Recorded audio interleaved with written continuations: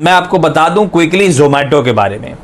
अगले वेनसडे को खुलेगा फ्राइडे तक के लिए 72 से 76 रुपीस का प्राइस बैंड, 9,375 करोड़ रुपए जुटाने की योजना।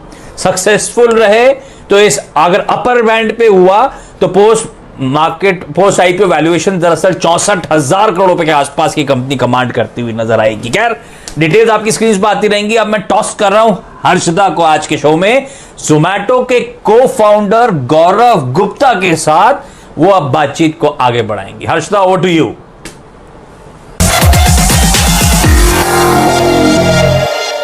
सबसे पहले आपने जब अपना डीआरएचपी फाइल किया था 7,500 करोड़ के इशू की बात हुई थी, फिर उसको आपने बढ़ाकर 9,375 करोड़ का किया है।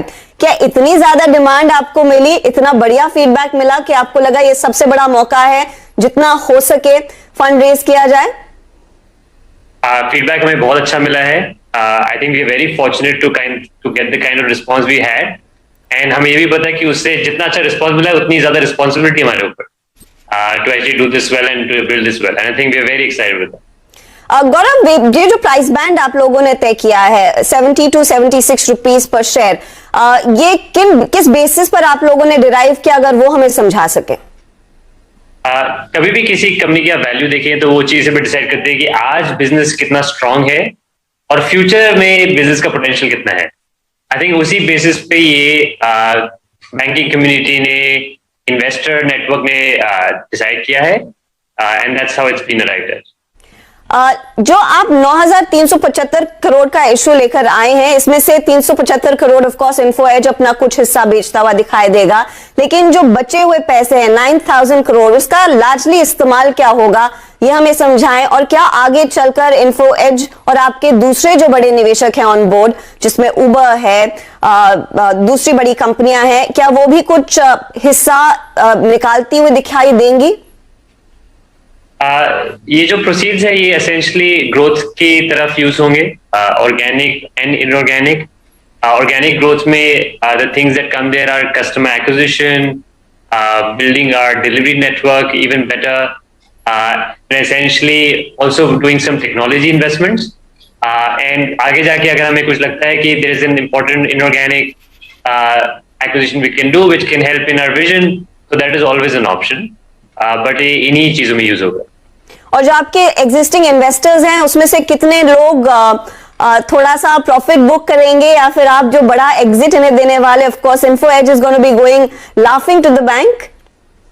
आई थिंक हमारे इन्वेस्टर्स ने हमें बहुत सपोर्ट किया in all this journey, and we have been very fortunate to have the kind of partners we have had, and I think we will see how it goes in the future, but as I said I think we are excited about what we have in front of in the future for us to build.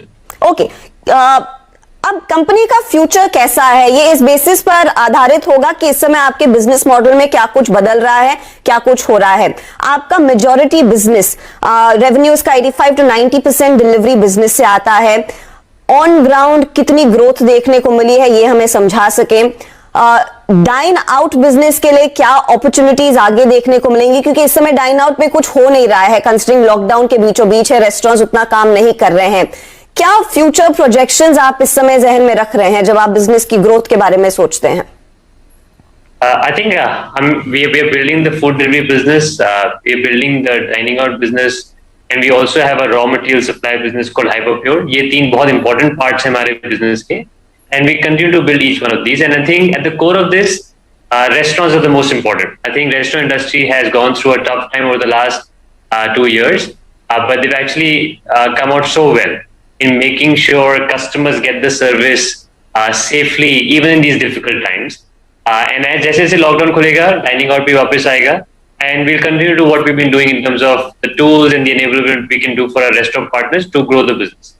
अगर आप देखें तो last 5 साल में साथ में काम करके, रेस्टोरेंट पार्टनर के साथ में काम करके, हमने इतना इंपॉर्टेंट फूड डिलीवरी बिजनेस और डाइनिंग बिजनेस खड़ा किया है और कस्टमर को सर्विस दी है, और हम आगे भी करते रहेंगे।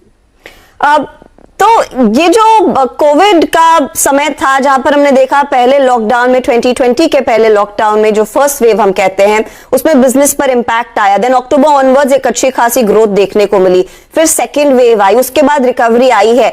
ये रिकवरी कितनी है अगर आप हमें औसतन समझा सकें? आपके मंथली एक्टिव यूजर्स कितने बढ़े हैं पोस्ट कोविड?